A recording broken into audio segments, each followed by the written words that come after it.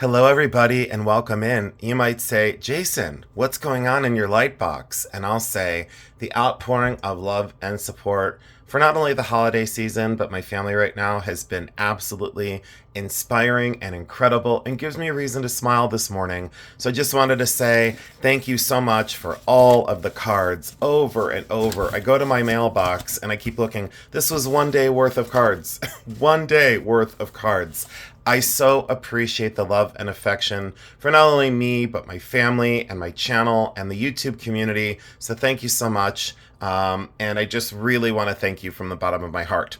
Moving on, why we're here today, with no delay, I wanted to tell you that Jeremy and I had a conversation the other day, and I said to him, why don't we have a sale before the end of the year? And he said, let's do it. So if you're new to all of this, your first step is to do a YouTube search and search for Bully Run Coffee, all one word. You hit the subscribe button when you get there. So right across from Bully Run, you'll hit the subscribe button. You'll click that and then you click the bell. There's a little bell icon and click that. It'll give you a notification when Jeremy has an event or goes live, and then yay, like we always do. Now, to register for the sale, because that doesn't mean you're registered to make a claim. To register for the sale, it's very easy. BULLYRUNANTIQUES@gmail.com. That's Jeremy's email. You will email that to register for the auction. If you register or if you email for any other reason, Jeremy has just been instructed to, delete it and not worry about it. No conversation. I don't do appraisals yet. So just please keep it very business and just register for our sales. Thank you for understanding that. YouTube ID. So I go as Jason Adams. Let's say yours is Treasure Chest. Well, then just put Treasure Chest there. Then your first and last name, your real first name and last name, your home address, your shipping address. If they're the same, let us know. Your phone number and an email address for invoicing. Please register as soon as possible. We are not like any other channel. We are in charge of our own channel, and we do not register people during the live sales. Okay, I appreciate your understanding. Once you are registered, you do not have to register again. If you change your information, such as a home address or shipping address or a user ID, please let us know, because otherwise it's a disaster, a mess, and highly uncalled for to send Jeremy down a rabbit hole. It's just not good. So please remember all that information, and we so appreciate your promptness in doing that. Now, the sale is going to be this coming Tuesday, December 31st, which is New Year's Eve. I said to Jeremy, we have a lot of options for New Year's Eve this year. What would you like to do? And we just weren't sure exactly what we wanted to do. So I proposed to him, why shouldn't we go on with our YouTube friends just for a little while? We're going to go on an hour earlier than normal. Usually we go on at around 7 o'clock. We're going to go on at 6 p.m. on Tuesday, December 31st. Like always, it's a claim style, buy it now, fixed price sale. It's like a virtual estate sale online. We sell the items, we put in the price, you type in the price, and it's yours. To make the claim, just make sure that you are pre-registered, and we appreciate that again very much. This sale is a partial preview. This video today is a partial preview for the coming sale. Okay, so just remember there's going to be about 40 lots added to what I'm going to show you today. We do have 2 consignment sales coming up very soon. Both of them are outstanding. The one is from the turquoise and vintage silver collection, and the other one is from a collection from Arizona that is absolutely amazing.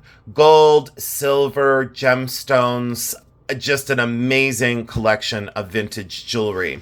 All of the sales are hosted on Bully Run Coffee, like I showed you earlier, and we just want to say a big thank you to all of you for joining us. If you don't have any plans for New Year's Eve, please come over and see us. The first thing I wanted to show, because the last time I didn't know if this would go well or not. So our Bakelite bangle kind of story that I put together the last time, it was blues and greens and beautiful, marbleized, different shapes and different sizes. I've always kind of played with the Bakelite bangles, like you could wear these two together on one day, you could wear these three together on one day, you could kind of space them and play with them so you could have an asymmetrical stack. I've always kind of, what do I say? I've put things together differently than other people. And fashion and wearability is left up to the person who owns the pieces. So I'm going to bring on this story of warm color Bakelite bangles, and I loved stacking these over the years and kind of selling them as a color story for people to start a collection. You know, let them in at the ground level with 1 or 2 bangles and then elevate their collection with a stack of 5, 6, or 7 bangles. So I'm bringing that stack on. That will be sold all together. You know, some people would say, could you please sell us one by itself? Just hold on one second, because I've got everyone covered for this sale, in my mind anyway.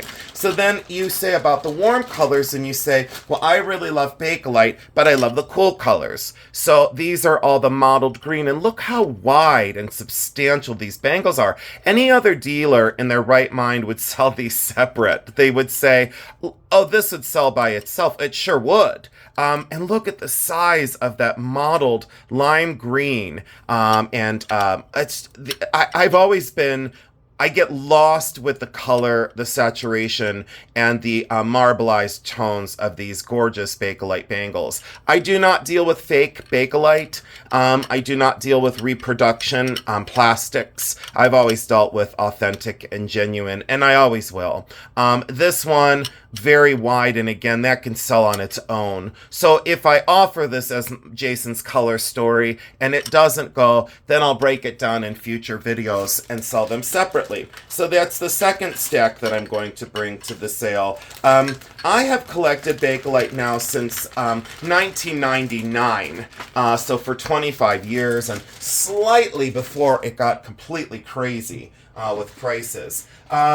Let's see here. Let's go with this. The table is just completely loaded. I wanted to bring on some vintage rhinestones because somehow Jeremy and I have left out our love and our passion for vintage costume jewelry as well. This is from Austria, and it is an absolute stunner. Looks like that amber sunshine sunflower that brings us happiness and joy.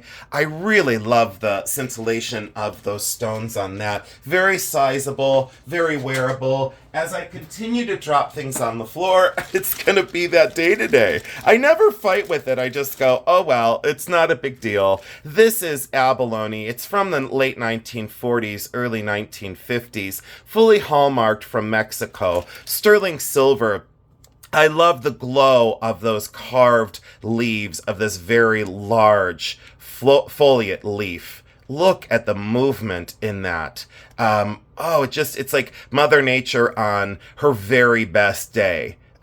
Just incredible colors in that. I had actually stashed that to keep it for a long time, and I thought, no, this has got to go. Someone else is going to love it more than I do. This is the Japanese reverse carved opal glass. And again, you could get into opaline, opalite. Oh dear God, just knock it off. It's just glass. Sterling silver, very large with that reverse carved pagoda. I got to get these things cleaned. That one is just, still so incredibly dirty. This came from an estate sale.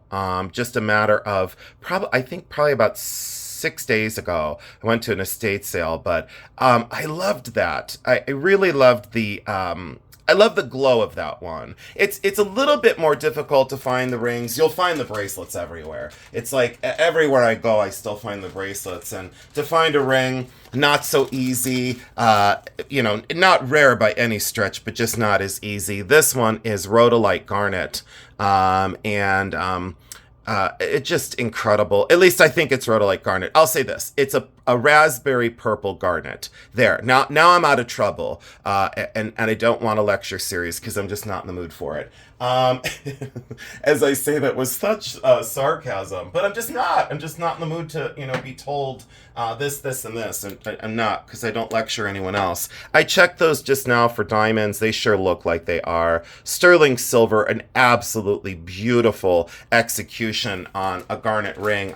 I've always loved garnets that were fancier colored. I love the red garnets as well, don't get me wrong, but I always reach for the ones that are slightly more unusual colored. Speaking about unusual, a stone that's always left off of the tip of everybody's tongue is Victoria stone, and this is by Dr. Imori. So if you want to do a whole bunch of research on Victoria stone, it's actually 6 or 7 minerals that were actually kind of cooked or baked together, consolidated down under pressure and heat, and then made this stone in the late 1960s. When people see this, they're very confused and they go, is that Larimar? Is that this? Is it that? No, that's Imori stone. I will say that when I found this, my heart skipped a beat because I have a great fondness for Victoria stone. I have a great fondness for this, and Dr. Imori was just a genius, and they said that when he passed away, the recipe went with him. They didn't know how this was constructed, and I truly believe that because I've yet to see people construct the stone. Look at the lightning bolt that shoots through the center of that. That's a very powerful ring. Very powerful stone and very powerful ring. And I was going to feature that in my Imori stone video, which I've yet to do, but someone did see it and they said, would you be able to sell that ring? And I don't want to ever upset any of my viewers. That would never be an intention of mine. Gem grade amethyst in an absolutely gorgeous gold mounting. 4 diamonds, 2 on each shoulder framing that center stone, cushion cut, loaded with facets. If you're looking for a gold and amethyst ring in a very wearable size, that's your ring. That is for you. And let it speak to you. I always tell people, let these pieces decide if they're yours. I've a lot of times in my life thought I wanted something, and then I got it, and it's not exactly what I wanted. So I always say to people, let these pieces choose you. It is solid 14 karat gold. I did check the hallmark on the inside here. I knew it was gold, but I didn't know if it was 10 or 14. That one is 14 karat gold. So if you're looking for a 14 karat gold amethyst ring, that is for you.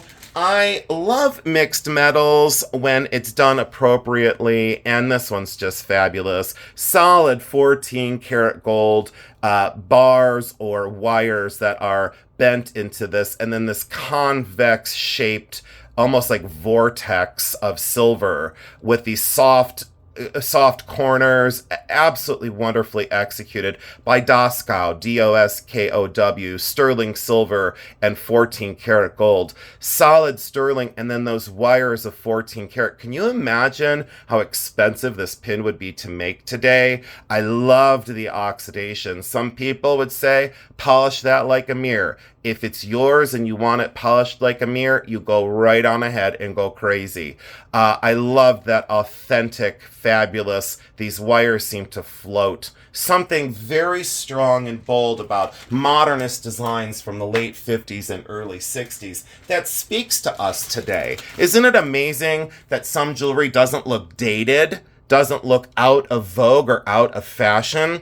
I've had several requests for a large prasiolite or a large green prasiolite. This is the biggest that I've seen in a long time, and that stone is so clear, so crisp. The color is absolutely stunning. Framed in CZs in this kind of infinity spiral, and I really did love the construction of that sterling silver. When I see these, I do bend the rules and say contemporary can sometimes be a powerhouse. If it doesn't look like this, I walk right by it and don't even pay attention to it, because there's hundreds of thousands of contemporary sterling silver rings that just don't resonate. They don't speak. That one yelled. That one said, pay attention to me. I'm a fantastic stone and a wonderful design. Sterling silver dichroic glass, I did spend a little bit more than I wanted to on this, but boy, I had to have it. The texture of the back, and considering the back of something, has always been something that I was taught in school as a metalsmith. A lot of times when you see contemporary jewelry, they forget about the back. Fully artist signed, I didn't do my research yet because I simply didn't care. I loved this powerful end result, and there is the bail of that twisted wire. So they incorporated the bail into the design of this. That took courage, and that took thought, and it took care as well. So that was a had to have. I loved the color of the dichroic glass. I had one of these rings. I think about maybe, let me think here. It was summertime. I was at Hardfill. I bought it from my friend Jason. Must have been in, let's say, June, I would guess. And I found this one, same ring, different size. And when I brought that other one on, it sold in seconds. And there were like 15 people that wanted it, and I didn't blame them whatsoever. Solid sterling silver, crystal, aka cubic zirconia, and then on the shoulders, these electric blue pave set diamonds that are electric blue diamonds, and then in the center, a cabochon aquamarine. I will say that as soon as I saw the first one, I felt madly in love with it. And someone said about this, is it Michael Valatutti? I don't know who he is. I don't care. I just love the design of this. I think it is exceptionally well made. It's a nod to Art Deco. It's a nod to royal and regal fleur-de-lis and that kind of secondary colored metal. Really just stunning. Just a very well-made and stunning ring that I was very happy to be able to find a second one. And this size is much, much smaller than the first one. I think the first one that I had was a size 9 or 10, and I think that's maybe, I'm not going to guess. I'm not even going to guess. I never replay items from a previous sale, but these had not made it into the preview, at least from my memory. These are angel skin coral and 14 karat gold. They were extremely expensive when they were bought at a gem show. I am going to bring these back on because this is the only survivor from the last sale that me and Jeremy had. Jeremy and I really don't like to replay things if they don't sell, but those did not sell. And I think to date, of our 13 sales, we only had like maybe 7 things that didn't sell. It's just an incredible thing to have people love what we pick and love what we love. Modeled Bakelite in grass green and yellow. I had mentioned earlier, some people have said, can you please bring on singles so that we can create our own stacks? Absolutely, the answer is yes. I picked this based on color and luster. This is as made. The little divot right here is an as made little divot. That's not a chip. That's where it was cast and where a little air pocket had settled. So that never concerned me. But if you like perfect, this isn't for you. If you like things with character that might have a little glitch, that is for you. But I chose it on that extremely strong mottled color, that moody, incredibly beautiful, lush green and yellow. So that was a single. I have just 2 more of the single bangles, and then we'll get into some more of the artistically made jewelry. And I thank you so much for watching the preview. This kind of mottled, deep, like Bing cherry red with that undertone and that marbleized kind of creamy. I don't even know how to describe this one. I sometimes lose my words, and all of these have secondary names amongst collectors. And sometimes I play and sometimes I don't. Someone probably say that's cherry and cream ice cream, Okay, that's fine. This one, I don't think anyone can say. This one's orange and yellow and reddish brown, speckled, absolutely gorgeous. You saw me buy this at the antique mall. I love this kind of soft corners and this very dynamic shape of this. It kind of leans in where these sides are then kind of so finely tapered. When people say I don't get Bakelite, I say I don't get people that don't. I love this one. It looked like lava, like a lava flow, but the way this pushes and pulls the light, I absolutely love it. So that was a more special one, if you will, that I thought I can't put that in a stack because maybe somebody wants it on its own. Some people only want to wear one bracelet. Some people don't like to make noise when they wear their jewelry. This is just great. Wire wrapped, and I always say wire wrapping, not my thing. I forgave the frame on this because it is incredibly well done in gold-filled wire, but I loved that crystal stone. I absolutely thought that was beautiful. And the reason why is the transparency of these, and people don't make the comment on this normally, but see if you wear a red top, see how that picks up the color of your outfit? So it immediately goes with what you're wearing, because some people match their jewelry to their clothing. I never have. I've went the opposite. I've specifically wore the opposite jewelry of the clothing I was wearing on a given day. This picks up that secondary color. So if you like matchy-matchy, this would be the perfect necklace pendant because it picks up the color that you're wearing it with. And other people that sell, they sometimes don't mention that. And that's okay. I see things different. Right or wrong? No. Just different. This picks up the gray. See how it grays down that stone? Okay, enough about a lecture about fashion. I'm the least fashion-oriented person on the planet, and I'm going to lecture someone else on fashion. So this one, a lot of these I'm just going to flick by pretty quick. Substantial mounting, very bold, so robust. That's an everyday ring, and I love the thickness of silver. When it gets to be that thick but doesn't look clumsy and looks refined, I am in. I am just totally in. And again, someone else, go ahead and polish the heck out of that ring. Go ahead. Go to it. Go crazy. Lose your mind. Go completely nuts and polish it. Rhinestone rhodium, amazing nod to Art Deco. It is missing the safety, so I was going to replace that, but a lot of people say, I can't get it on when the safety's there. It doesn't need it. It clicks so well, and it locks in place. There's no way of losing that without a safety. So I loved how plain and simple and very Art Deco and that kind of fan-shaped rhinestone. Loved it. Fashionable, wearable, affordable. Great. Makes you not afraid to wear it. It's a fashion accessory. Carved cranberry juice Bakelite.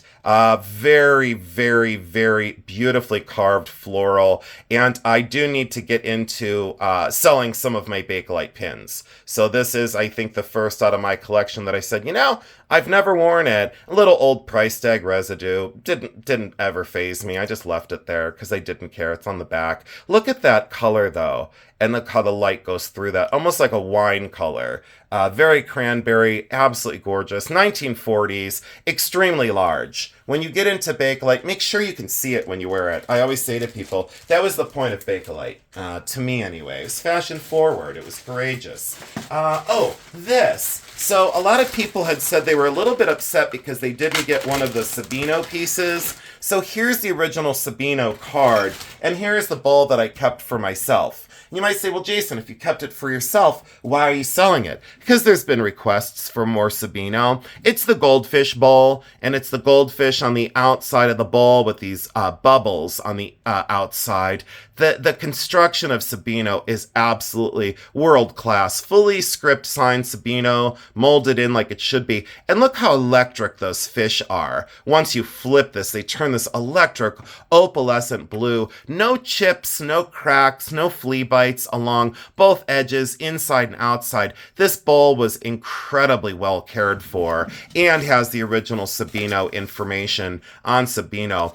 Fantastic to have that because that's an old and original. I don't even have the original Sabino little portfolio folder in my collection, and I probably have now. Maybe I'm probably down to like maybe 8 Sabino pieces. Maybe probably like 10. Who's counting, right? So let's go with. Let me put that away. I don't want to break anything ever. And my desk. Oh, is the desk full? Oh, dear Lord, is the desk full? And I keep looking at this box thinking, how am I going to get through all of this? So I can feel you guys cheering me on today. Sterling silver, don't know what the stone is, didn't care. It's quartz of some sort. People call it garden quartz because they get carried away and go crazy. I'll just say it's quartz with inclusions, or a secondary mineral that has grown inside of it. Absolutely stunning stone in an incredible sterling silver mounting. Never got that cleaned up yet, didn't get the price off of it, but again, I bought that fresh from Don Scott Antique Show a matter of just, I don't even know, was it 2 weeks ago now? I'm losing track. A Victorian chain. People have asked for Victorian jewelry. Not a problem. This is a Victorian chain. Little turquoise, little seed pearls, slide chain. The hook for the watch. Gold filled. This could be 10 karat gold on the slide. And it doesn't stay in place. Most of these don't. But if you put a little, either a piece of little paper, or sometimes if you put a toothpick in there and break like a small piece of toothpick and lodge it inside of the chain to create tension in there, you can put that into a fixed place. Or you can just take that off and put it on a bracelet like so many people have. And then just keep the chain, for a long rope chain. That is Victorian. 1880, circa 1880 on that one. A very delicate necklace that I didn't do much research on. I think that is aquamarine, sterling silver, and that's labradorite. Has all of the information on there. It is aqua and labradorite. I guess, well, good. And it's by Jenny Gorkowski. Don't know who Jenny Gorkowski is, but an amazing, delicate aquamarine and labradorite. I bought a collection and that was in it. Kendra Scott, I just don't normally do it. Someone had said, if you find Kendra Scott, can you pick it up for us at a reasonable price? So, sure, absolutely. Me and Jeremy, why do I keep saying me and Jeremy? Jeremy and I were down in, what is that? Berlin. And we went into a store and this was there. And it was not very much money. And it's silver plated. Beautifully done, well executed in that bi-colored metal. Very cool for what it is. And I'm going to beat retail by 8 million miles on that one because they didn't know what it was. So again, did I reach for it on purpose? Absolutely not. Did I feel it necessary because people have requested? Absolutely yes. Now I did get these on purpose. This was a hand selected because they're not signed, didn't care. Absolutely stunning, and it is the next thing in costume jewelry. When people say that future vintage thing, I can't stand it. I've never said it, I'll never say it. Well, I just said it because it annoys the hell out of me. But future vintage, isn't everything going to be a vintage in the future? I mean, come on. Let's get our heads together over here. It's art glass, faux pearl, and rhinestone, gold plated. Absolutely love them. Are they going to be future vintage? Oh, dear God, I guess yes. Who knows? But they're going to be vintage in the future. That's all I know. Let's see here. Now, these are amber earrings. And let's see here. You should see... You should see the pile ahead of me. I'm like overwhelmed. These are amber and absolutely gorgeous. You know, I bought these out in Maumee, Ohio. I don't know how these survived for so many years not being picked up. I think there might be a little tiny chip on this one on the edge, just a little rough edge. But for egg yolk amber, clip earrings. So here's the thing. I'm going to offer these as earrings. If they don't sell, I'm going to make a heck of a cool ring out of this. So I'm going to face them in opposite directions and put silver in between and have the world's biggest amber ring. Well, maybe not the biggest, but I'm going to have an awesome amber ring. I'm going to love it. But I wanted to bring those because, let's face it, I have enough on my desk to do right now for the next probably, who knows, 3 years. I still have a commission that I'm working on that a friend had commissioned a ring, and I'm still working on it. But the one thing that Jeremy did for me for Christmas, he bought me gemstones, and he bought me stones that yeah, he bought me the most beautiful gemstones, and I'll bring them on, and I'll show you. I bought these from a YouTube friend.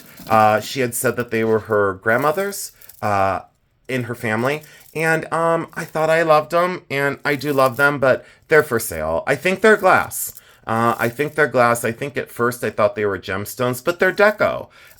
They're old, and I now believe that they are simply glass. And don't they look like honey calcite? So I think they're just glass. I'm not sure. It didn't look, let's face it, I didn't look close enough at them, but I'm never going to wear them. I thought I was going to wear them, and now I know I'm never going to wear them. So those can be for sale now. And I'm kind of, well, let's say this much. I am going through my collections because I do want to downsize. I know there's a lot of people who want to downsize, hence the market being flooded with sales and things to go to different places. But I've always been careful with my collections and made sure that they were kind of under control. I would say over the last year, they are definitely not in control, for sure. And I'm just taking the power back in my collection and curating it. I believe that everyone should curate their collection. Why would someone need 15 blue topaz and sterling silver rings? You only need one or two, and you need like the statement ones. Unless it's your birthstone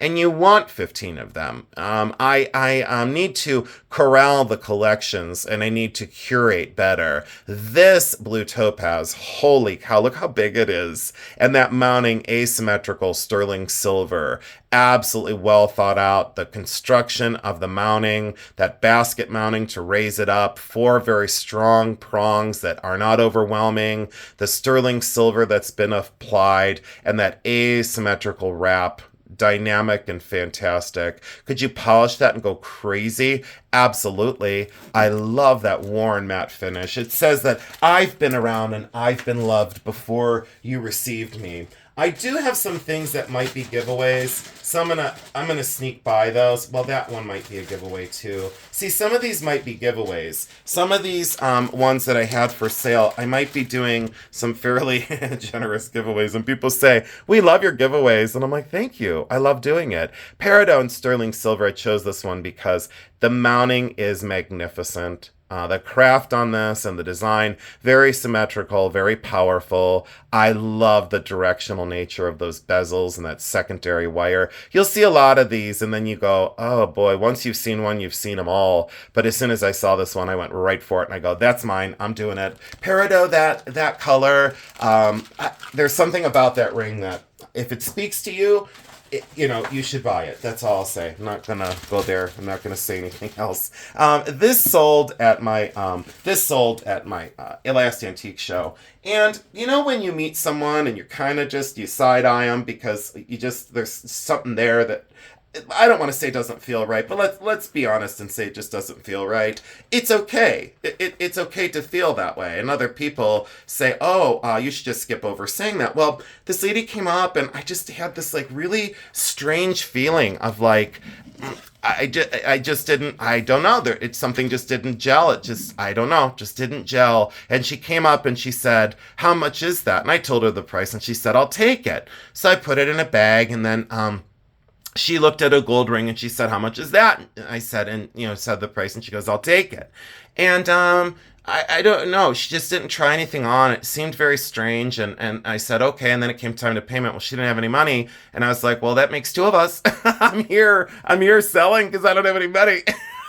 And, anyways, long story short, she gave me her name and phone number and, the rest of the story. I called her, 3 phone calls later, no answer. So I just said, okay, maybe something came up, but have the decency to pick up your phone. Anyways, enough of the story. So now this magnificent rhinestone necklace, I'm almost glad it didn't sell because someone is probably oohing and awing over it and saying, Jason, I'm glad it didn't sell because I have to have it. So there are the blue sapphire rhinestone earrings with that bold kind of wire, a raised wire like bridge over the top of them. I lose some of my words when I do this because the design of these things, and then look at that, how these arcs of clear stones go over those sapphire blue stones. Every single stone is present in this. I would say 1960, 1965 on this set, based on construction. Could it go into the later part of the 50s? Absolutely yes. 100% yes. But look at the way that is constructed and the movement. I think I loved the color and the design the most on this set. And as soon as I saw it in the antique shop when I went in, just that kind of firework radiating design. The craft on this, I could go on and on. Is it signed? No, absolutely not. Didn't surprise me that it wasn't signed. Some of the best of costume jewelry is not signed. Let me get my dusty display out of there. But yeah, this is, I go back to it again because the way it pushes and pulls the light and how this equally lays down so beautifully. When it's on, you would be like, Jason, you'll say, if you get this, you'll say, it's the most beautiful rhinestone necklace I own. And I'll say, I would understand. I would get it. So there's that. So for our rhinestone people, a lot of sellers, a lot of resellers kind of focus and get stuck in a rut, and I have never done it. I don't know. I've always done it different. Black onyx, 14 karat gold, and cultured pearl. So that was a yes, because it's classy. These are just a throw on and go kind of thing. And, over the years, those have actually picked up a lot of value. Years ago, I could get those for very little money, and now all of a sudden, every time I bring them out, I sell out. I wanted to focus on handmade and artistic and start to get into some of my more unusual, artistic, one-of-a-kind pieces, because that's what I am most well known for. People know me to sell rhinestone necklaces and earrings like that. People know me to sell Bakelite bangles. They know me to reach for the unusual, and that's what I want to bring. These are artisan and hand-created. They've been around for quite a long time, probably late 80s on this. Could you go in there and clean that up a little bit? I'm sure you could. I just don't want to. These are probably, they're a natural gemstone. I haven't tested these. Let me take a quick peek. No, I don't think they're in the sapphire or ruby family. Those are probably garnet. More than likely, pinkish garnet. That's debatable on those, but those are cabochon amethyst. Sterling silver, really well done, and I think these are signed. I thought these were signed. Let me take a quick peek here. No, I guess not. 925, but not signed, and then just pierced on the back. So you can see the back of those just with the pierced post. Boy, it feels like I'm running out of steam on this video. I do need a drink, though. I am going to pause the video for 1 second. I'll be right back. Are you all still here with me? I sure hope so. Do I sound refreshed and ready to go? Yeah, because I didn't realize I went 35 minutes without a drink of water. Can you imagine talking that much?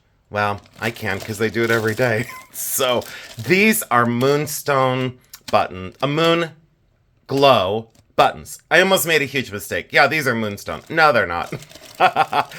They're moon glow Czechoslovakian glass buttons. That one's missing a little rhinestone. These are unusual, and there's a whole bunch in the bottom that are all jeweled. If you do research on the moon glow buttons from the 50s, you'll see the value of these, and there's a whole bag full, but that came out of the button collection. I haven't sold very many buttons since the last video. And I now need to. So I loaded the box of most of the important things that I wanted to talk about. The box is really loaded, so I'm going to kind of pedal faster. This one is just a great sterling silver vintage pin, and I absolutely love that stone. Look at that. Looks like sunset in a lot of ways. Absolutely gorgeous stone. Sterling silver, probably from the 50s on that one. This one was Artisan constructed, and I think this is in one of my haul videos from the summertime. A lot of these pieces have been in previous videos, so hopefully the people that, when they watched the video and then they made a comment in the comment section and said, would you sell me that? hopefully they're watching, and hopefully they're registered, because there's quite a few pieces that have been major requests. This is signed down here. I didn't do the research because I didn't, not that I didn't have to, I just didn't feel it necessary. Mixed metals, enamel plaque, this kind of curly Q. This does move because it's supposed to, it's cold connected because you can't solder by such beautiful enamel. Look at that silver foil that was put under there, and then just the construction of this multi-layer sterling silver, hand-wrought ends, finials in sterling silver, beautifully constructed, and to decorate that tubular bale that's been put on the back. Very gorgeous for artistic. This is what I want to sell. This is where my heart is.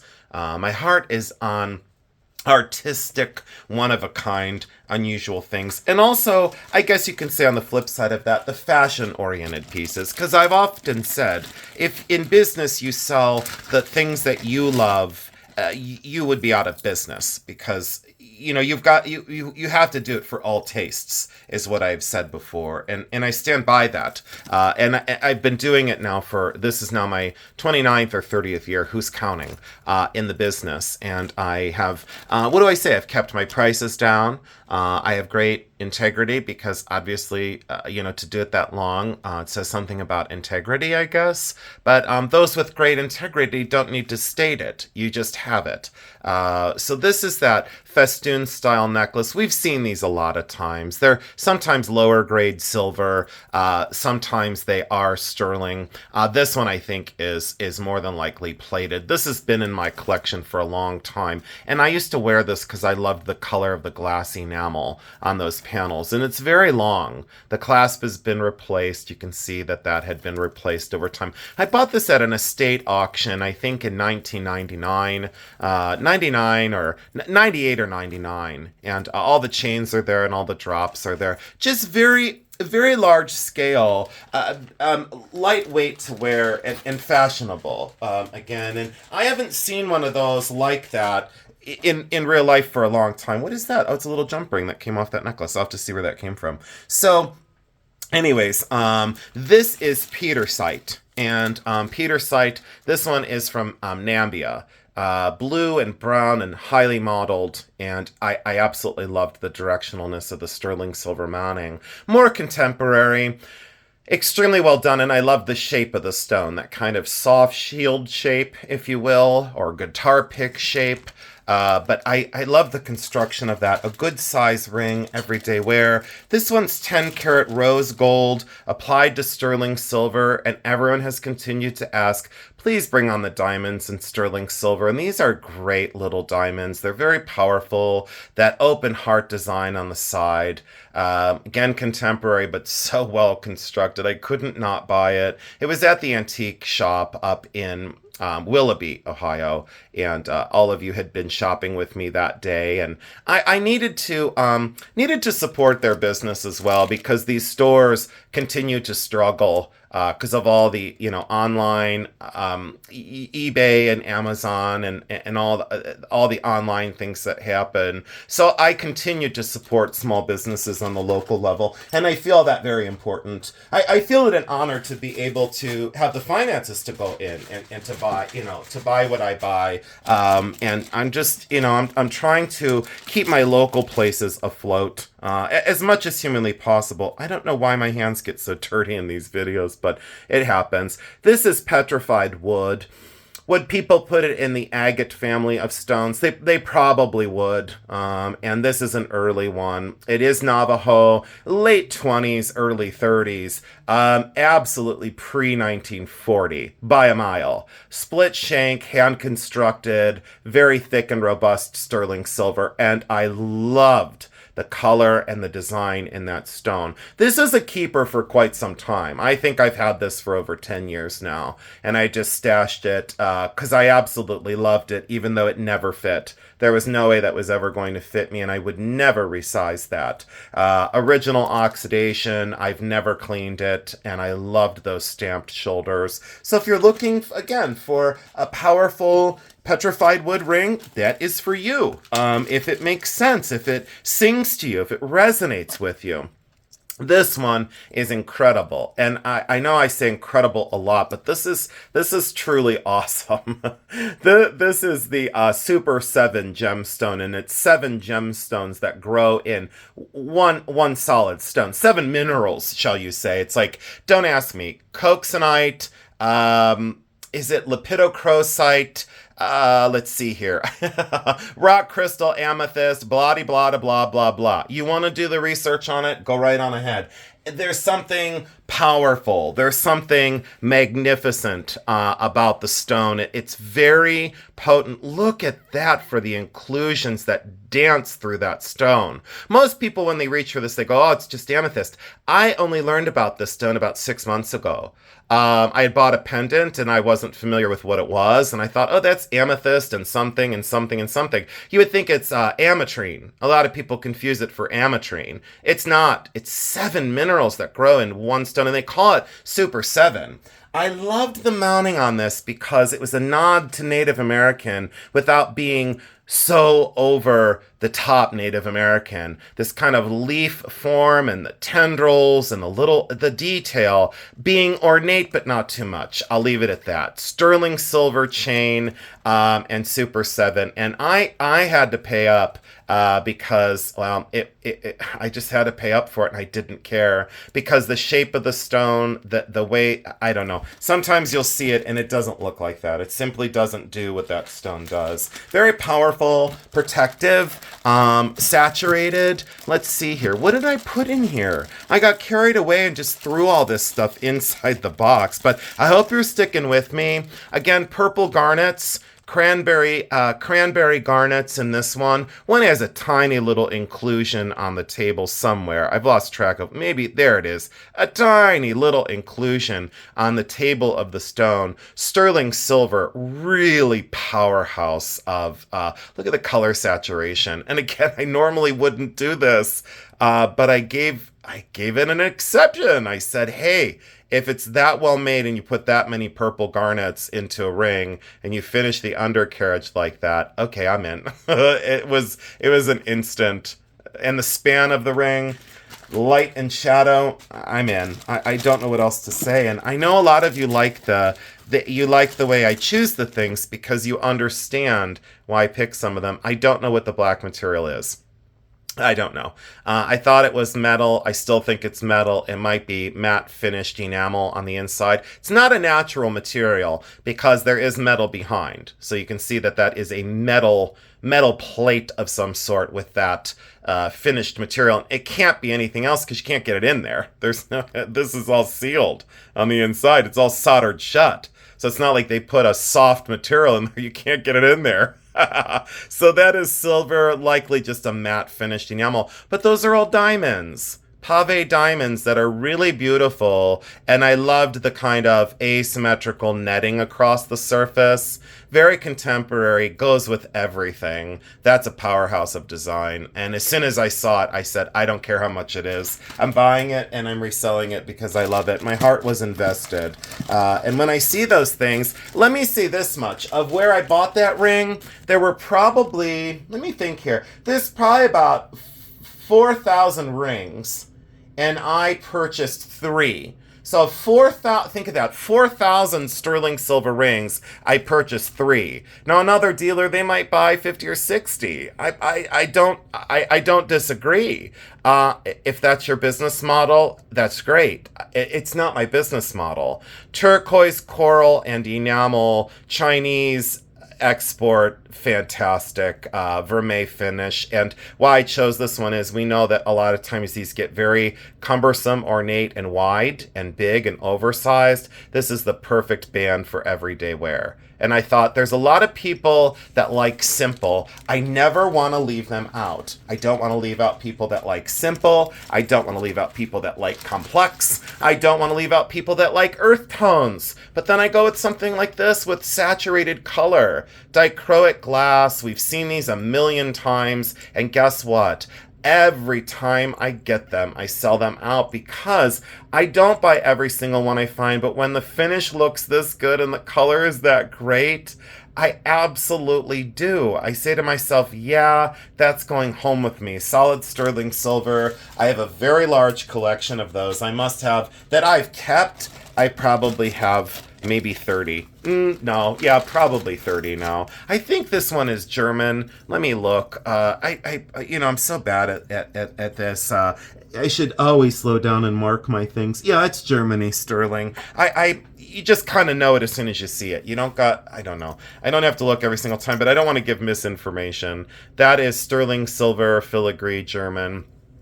And it might be, let me think here. Is it 835 silver? I want to make sure. Nope, sterling. Okay. A lot of times these are 835 silver when they're this old, but look at that finish. And I love that super fine filigree design. And look at it from the back. I said to myself, yes. And this is a larger size. I think this is maybe a 7 or more. Signed sterling in Germany on the clasp. And I always make sure that these fit so well. And they do. That one locks in. Let me make sure. Does that lock? Yeah, it does if you pull up on the tab a little bit. A lot of times when you fix these, I'll show you how to fix them. But let's put that back in there. Oh, there we go. Now we're snapped in and nice and tight. And then this folds over here. Make sure that, oh, it's snapped right on. What do you know? Yep, and strong. Okay, and still locked in place. There we go. So I would say on that one, oh, I would say that one's probably late 30s. Now I need to monkey with this clasp a little bit more because that shouldn't have come open so easy. Let's make sure. Let's snap this in, and I'll repair this off screen if I have to. Oh, there we go. Now we're locked in. All right, now we got to push down. Now we're nice and tight. So all you do is on those, you just pull up on that just a little bit. So you kind of get your nail in there, and you just kind of pull up on that second little flap. You kind of get in there. Oh, I just chipped my nail because I'm so tough with my hands. And then people say, why does your nail polish not look so good? Well, it's because I use my hands as tools. After all, that's what we're supposed to do. That's what we've been given. There we go. Now we're locked in. All right, now I feel much better about that. So there you go. Sterling silver, fantastic. German, fantastic. Art Deco, love it. Absolutely love it. And I need to get a manicure. So this one is, I feel so rusty in this video. I haven't done one of these for a while. Is this, see, I don't know if this is Pandora or not. I don't know these things. Oh, 925 ALE. I think is that Pandora? But look at that. Those are gold caps with diamonds and then a beautiful cultured pearl. I bought it based on design, but it is signed ALE on the inside, sterling ALE. And then these are solid 14 karat gold tips that hold those bezel set diamonds. And I loved the symmetry of the 3 stones. So if you love chunky and bold, contemporary and clean, look at the pearl is set inside of that cup. So see, I bought on design. I didn't buy on maker. I reached for the design of it, and I said to myself, that is coming home with me for sure. I do love that ring. I've stashed that one for a while. Let's see what else we have. We're 51 minutes in, and I promised to only be on for about an hour. Synthetic stone. Let me see if it... oh, it does. Okay, here. It does glow and extremely bright. Here, let me turn the light box out. Hold on, I'll be right back. Ooh, welcome into Jason's spooky light box. Look at how that glows so bright. So I'm glad I said it was a synthetic, because if it wasn't, I would retire and delete this video. Oh, look at that. Yeah, that's a synthetic. Synthetic. Oops, sorry, I just paused the video again. Let me turn the light back on. Uh-oh. Okay, look away for a second. I'm going to turn the light on. Oh, there we go. All right. So, yeah, so that's a synthetic corundum. And I'm glad I said, oh, it's got like a, someone's sweater. Someone's sweater is stuck in it. So, that's synthetic corundum. That's my point, because people say they'll put it on the Presidium. I should do a video on this. Oh, it'd be hilarious. Put it on the Presidium. People say Pressy because they think it's their best friend. Put it on the Presidium and it'll test it as sapphire. And then I'll come on and I'll go, I found the most incredible, internally flawless 24 karat Pink sapphire. No, you didn't. It's synthetic. Keep your pants on. So, synthetic corundum. So yeah, it does glow, but, and probably would test as, sapphire, and then everyone goes, oh, I can retire. No, you can't. No, you can't. So the fold here of the bow kind of sits down a little low. So it kind of rides the finger a little bit, which is unique because it scrolls up so dramatically. Not the most comfortable. I'll fair warn you there. That kind of is not the most comfortable. Let me see if that was supposed to. No, that's where that was supposed to be. Boy, is that really, it's like, yeah, it's kind of really uncomfortable because it kind of sits down low. I don't know why that is. You can't move that up at all. Yeah, I'm just gonna have to sell it as it is. But that's from Mexico, Tosco, and beautiful 40s mounting. So maybe, just maybe, someone says to themselves, I have to have that because I love the design of it. Incredible nonetheless. But no, I can't retire. Boo. So yeah, but that would test as a sapphire. And then everyone would go, I have a pink sapphire. No, you don't.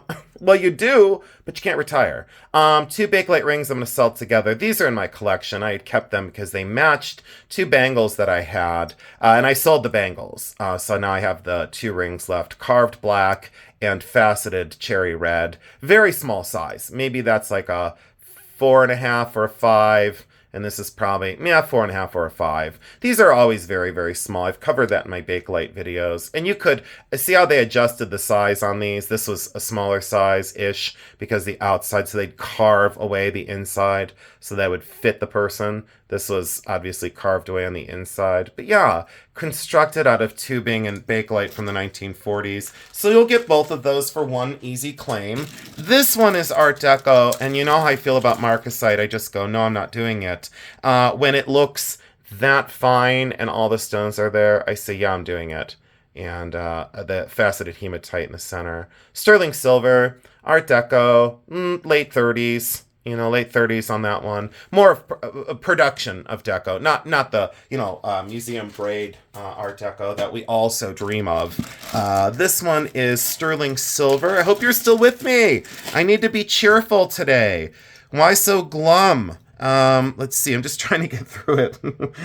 This one is Frederick Duclos. And Frederick Duclos, I had kept this because, well, I needed a chain for a necklace that I had, and I loved the finish of that and that design. So now I have a different chain, so I decided I can let this one go. Sterling silver, Italy, has all the original hallmarks on it. Look how finely finished that is. And this feels like $1 million necklace. This just feels so it just has such a feel to it. So such a refined surface. So if you're looking for a more designer sterling silver chain, that is for you. Surprised I'm selling it, to be honest. Now that I look at it again, I'm like, why am I selling that? What am I doing to myself? This is dichroic glass. We've seen these a million times, but not like this. If that speaks to you and tells you of a hot summer night of fireworks and looking at the midnight sky over a lake, that's for you. If it brings back a memory, if it makes you feel, this is mystic in a way and magical. So that one was a yes. I bought that with Jeremy. We were having a little bit of a we were both having a tough day, and when you have a tough day, you reach out to someone you love very much, and then it fixes the day in a lot of ways, and it should fix the day. These are extremely beautiful, and the price on these has gone way up over the years, and these are old. These are they're pre-1960.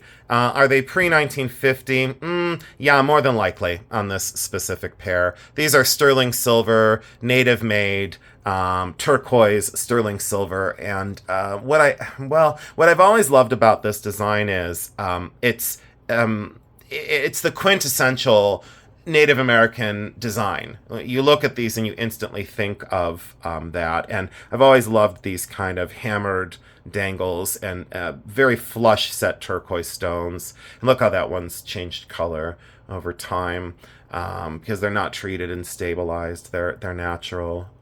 Something magical about that design, and I love how long these are. Very elegant, very beautiful. The price on these has continued to skyrocket, and you can see that these are all hand constructed out of parts. See, like on the newer ones, people don't comment on this because they're not a silversmith. I understand that. I speak this language fluently, but these are all hand constructed and hand solder seams. When you look at the construction and you don't see the additive process and you see that it's just cast as one piece or finished as one piece, you know that it's newer. But look how they had to cut a scrap.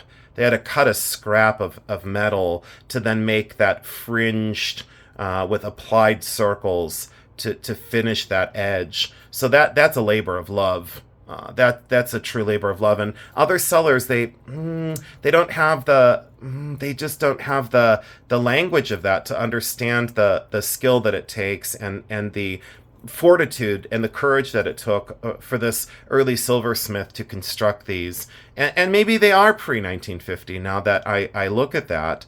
And I look at that, quote, struggle for material.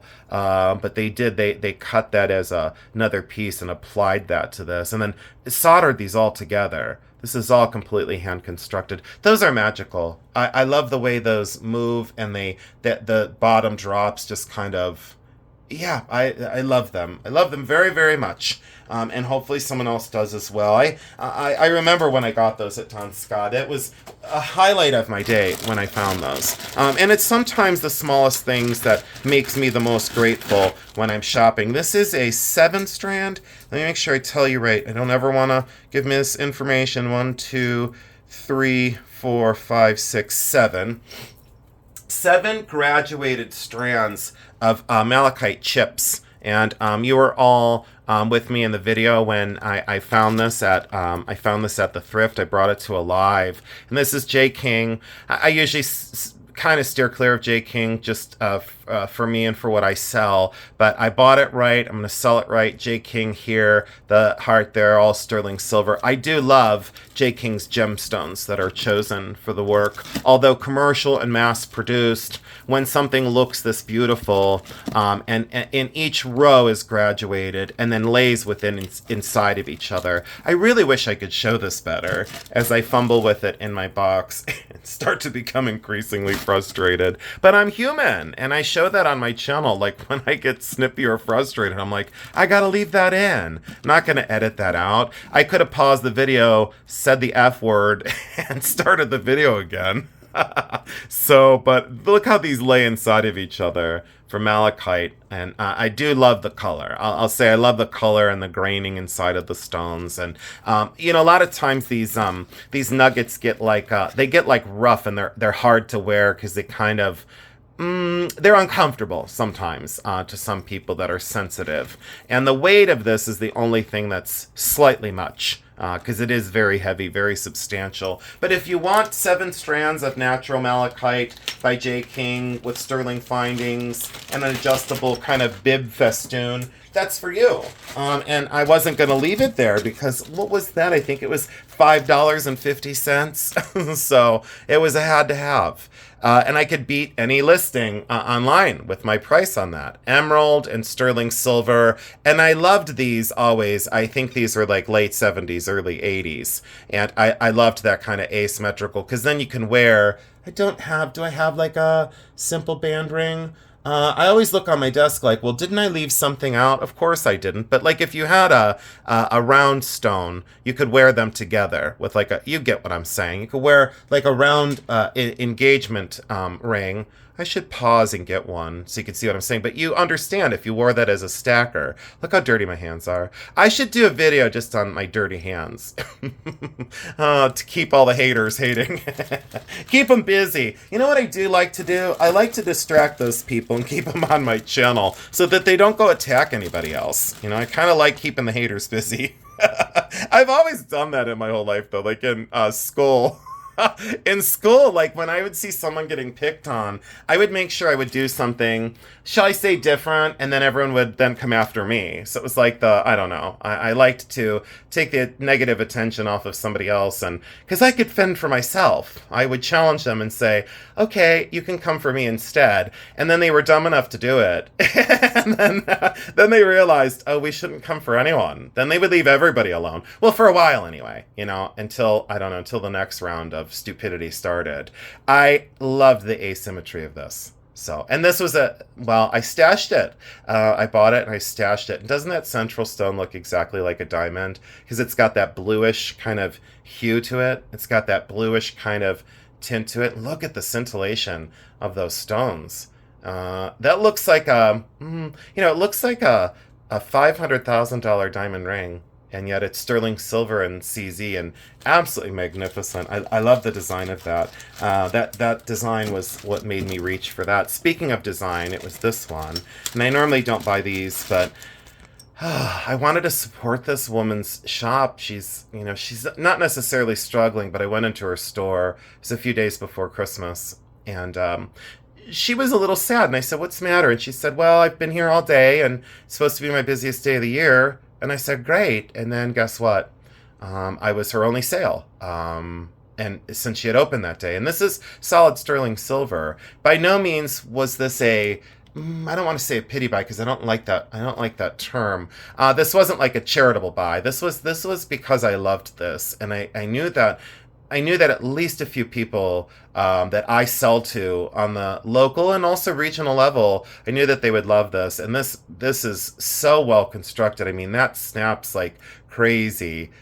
Very solid sterling silver. Really beautifully done. I think signed on here with information of the designer. Blue topaz and amethyst in that high arching, very dramatic pave river of purple amethyst, and then that fabulous, very Caribbean Sea blue topaz. Really exceptional design. Perfect for everyday wear yet again. And the craft on that and the condition of it, that was a yes. And I made her very happy because I bought a whole bunch of stuff. I went a little crazy. Well, I'll be honest, I went really crazy in that store because I wanted her to feel loved and I wanted her to feel appreciated. And having a small store right now, having any store right now, whether it be virtual or in real life, a small store, small mom and pop kind of shop, is a challenge. And I'll get into that in 2025. I'll be doing some videos and some interviews of shop owners, people that have been in the business for a long time, dealers that have been, dealing longer than I've been alive, actually, and get their perspective on like what sells and why, and what the markets are doing in terms of antiques and collectibles.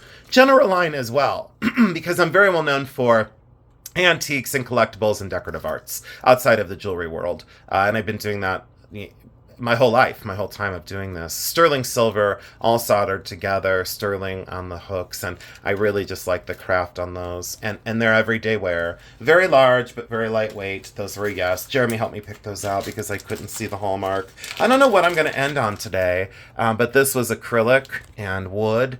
I bought many of these. I bought I think 11 of them. They were all different. And this is the last I have. This was my favorite one. So I again, put this in my stuff and stashed it. And I said to myself, I don't want to sell it yet. This is contemporary and a smaller size, but look at how dramatic that top rise is. That incredible heavenly skies, moody modeled, absolute whole other galaxy on the inside of that. All I'll say is this, is the high dome, the finish, the wood. It was an absolute yes. And that's the only one I kept. This is my last. I don't have any more after this. And regionally here, within I would say within about a 2 to 3 mile radius, I sold every single one that I ever put out at a show. So I love that one. I could look at that for a long time, actually. It's like jewelry that you never get tired of, in a way. Sterling silver ear cuff with amethyst stones. Who remembers the late 1980s when everyone needed a cuff on the top of their ear? Do we ever see these anymore? Hardly ever. Do I want to bring them back into fashion? You bet I do. So I'm going to start. 2025 might be the beginning of the ear cuff. Some people I don't think ever stopped wearing them, but I love a good ear cuff. I always did. I had one that I wore in high school. It had a silver feather. I think I still have it. I'll look for it. But this is beautiful, and I love the way the spray comes down the ear with those amethyst stones and sterling. And yeah, it just goes on the top of your ear, kind of tendrils down. Very sexy, you know, very, I don't know, very sexy. And this one is sterling. Let me see here. Might be Mexico on this one. Let me look at the construction. This one might be Mexican. It also might be Portugal. Sterling silver. I'm not going to say origin on this one. Looks very Mexican to me, though. But that kind of this type of hinge, either Mexican or Portugal on this one. And I really love that construction of the sterling kind of panels, and they're arced. So they have a surface that is arced and then completely decorated with that really fine filigree. And that's a winner. I had one of these in high school, and I sold it years ago, and I never got one back until I found this one. And yeah, the oxidation is uneven, so if someone chose to polish that, I could understand. I'm not going to polish it, though. I'm going to leave that to the new owner. So I loved that. And then let's do these two, and we're going to call it, because we're at an hour and 8 minutes already, and I only got through, what, like maybe 50 things?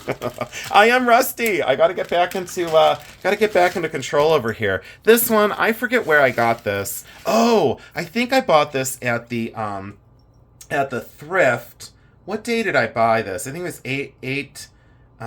was about 8 weeks ago, maybe 8 or 9 weeks ago. So like about what, 2 months? Come on, Jason, spit it out. So, 5 strands. Let me see. Why am I yelling? 1, 2, 3, 4, 5. 5 strands.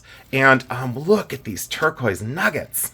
So those, and people say Heshi. I've always said he, she. And then I've listened to like other quote, Native American jewelry experts, and they say he, she. I don't say Heshi. I just don't. But then again, I'm from Ohio. So I say he, she. If you want to say Heshi, go right on ahead. I've always said he, she. I just have, come for me. Come for me so I can correct you. These end caps, I forget if these were sterling. I looked at these when I got it home. I'm not sure, but this is an old one. An older one, and I wish I could get the whole thing in the light box, but I can't. I'll struggle to let you understand how great this is and how soft this is. Sometimes these are strung so tight and they don't lay right. They get like jumbled. They get like, let's just say they get unattractive. They just do. And people still sell them for like $300 and $400, and I'm like, boy, that's not very nice. But this. Look at how small the nuggets are, but look at the color saturation. Let me go in on some of these so you can understand. Look at the color play. Some greens, some brown undertones of the matrix of the turquoise, giving a very strong indication of what mine these are from. And then the secondary mint green, and that these aren't stabilized and color treated and were very carefully hand selected. And well thought out. But 5 strands. You'll normally find them with 1, or you'll find them with maybe 3 if you're lucky. But 5 strands of those? So finely done. I'm so fixated on this necklace. And I will apologize for staying on it for too long.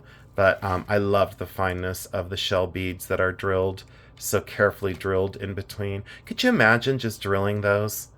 Just imagine drilling those, and then imagine drilling the turquoise and making sure that they're all so beautiful and that the color play is there.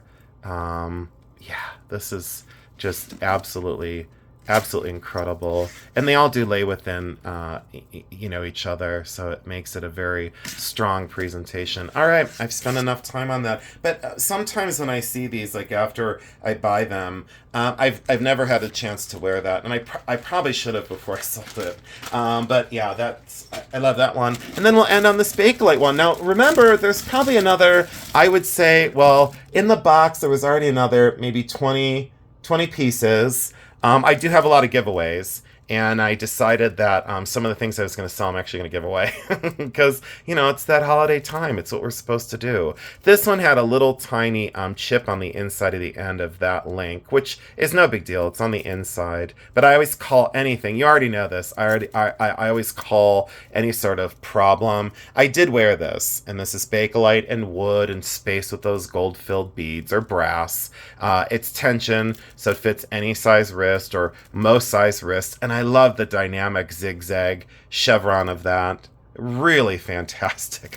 I love that. I've always thought that this one was so cool. That's just great. I love the color orange. I love the color of the wood, the yellow balance, and very, very summertime. Very cool. So there we go. I think that's it for today. I would like to thank you all so much for joining in. Again, I welcome any kind of questions or concerns for future videos. I did start to lay out 2025, and I'm really surprised by some of the things I'm going to be able to accomplish this year. So again, the preview that I just did is only partial. The sale is going to be Tuesday, this coming Tuesday, December 31st at 6 p.m. So mark your calendar. If you don't have anything to do on New Year's, please consider joining us, even if you don't buy anything. Just join in and say hello. We'll welcome you in. You know, it's really not like a sale isn't a place to do a lot of chatting, but it most certainly is a welcome environment, and you might meet some new friends on the start of a new year. So we welcome everyone in, and to all the new subscribers to both mine and Jeremy's channel and anyone else in our community, we thank you so much, because you do mean the world to us. And the only reason why we're here, the only reason why we're doing what we're doing, is because we love you. That's as simple as it is. I've reflected over this last year, and I wish I had a little bit more time to show some of my favorite finds. So I think I might bend the rule, and into next week, I might be able to share some of my best finds from 2024, just because I ran out of time at the end of this year. So I hope you will enjoy those videos, like the best of 2024, even though I'm going to be about a week late. So that's the way I work things. I'm always late. That's the way it happens, and we all know that. So I so appreciate you. We will see you this coming Tuesday. And again, the sale is hosted on Bully Run Coffee. And so you know, and never forget this, thank you so much from not only me, but for everyone on YouTube. We do want to thank you so much for being part of our family. Go forth with peace and kindness. We'll see you in just a couple days. Thank you so much. I love you because I do.